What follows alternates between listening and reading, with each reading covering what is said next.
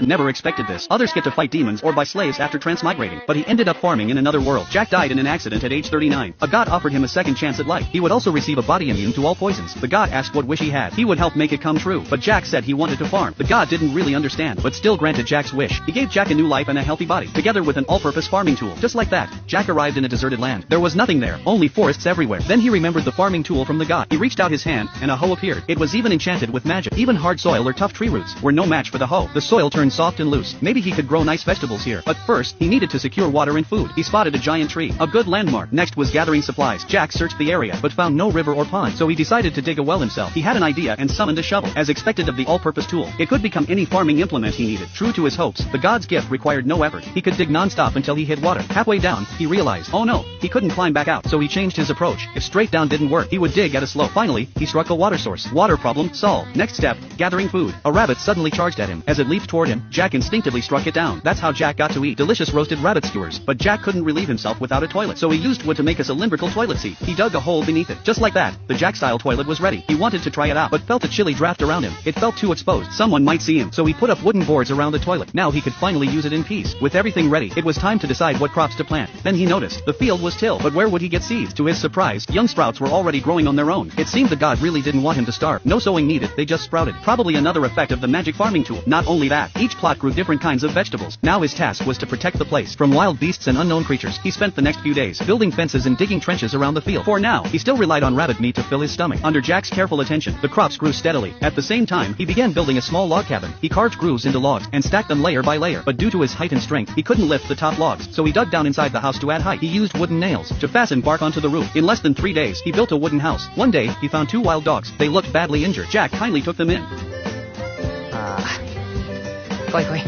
and fed them raw meat left from a wild boar hunt. One of them was pregnant. Just as he was thinking of ways to make them stay as companions, one went into labor. As a man, he had no experience with delivery. He guided them into the cabin and let nature take its course. The next day, Jack went to chat. 4 puppies were born safely. To celebrate the birth and help the mother recover, Jack gave them the best cuts of boar meat. He thought they would leave after giving birth, but they decided to stay. They treated this place as their home, so Jack built them a doghouse too.